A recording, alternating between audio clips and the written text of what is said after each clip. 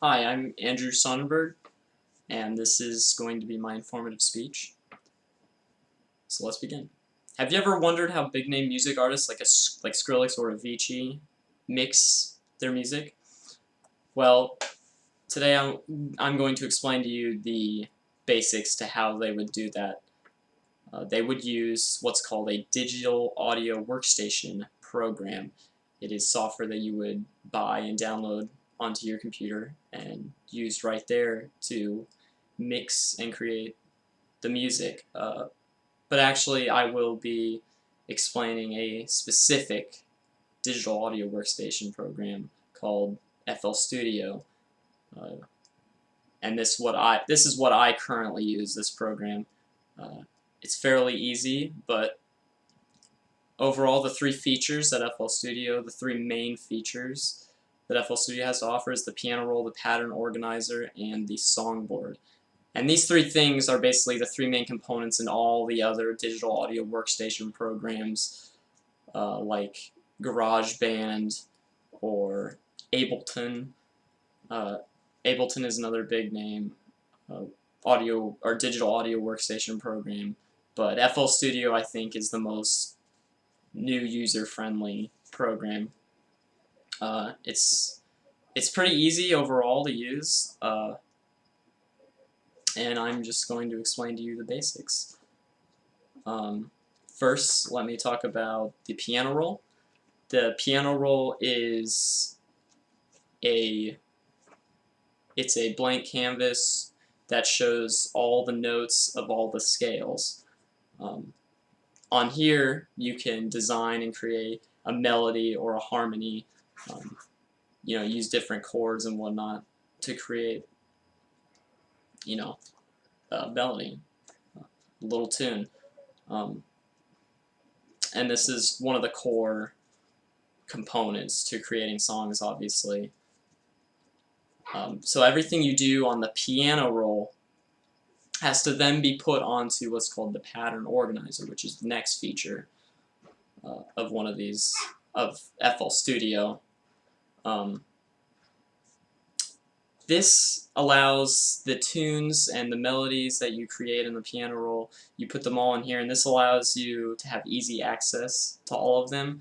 Basically, it just helps you organize all your stuff together so that it's not all a jumbled mess. This is where you would put your drum loops and your samples and, just little clips and sounds. This is where you would put all that, and it would organize them for you really neatly and nicely.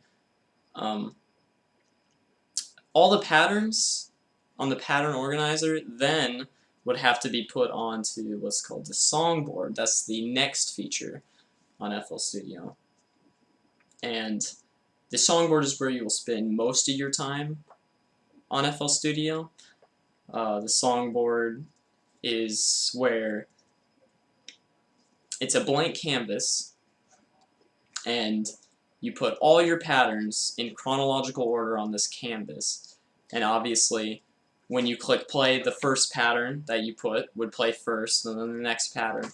And this is where the real music creation comes in. I mean, it's all music creation, but this is where the magic happens. Like you put all the patterns there, and then it all plays out all nicely onto the songboard. You can adjust. Basically, the songboard is like the main menu of the program. So this is where you would adjust all the settings also, like the tempo, for example. The tempo is the pace of the song, how fast or how slow it would go. The higher the tempo, the faster the song. So you can adjust the tempo on the songboard. This is where you would see if you connect your MIDI keyboard or a drum set.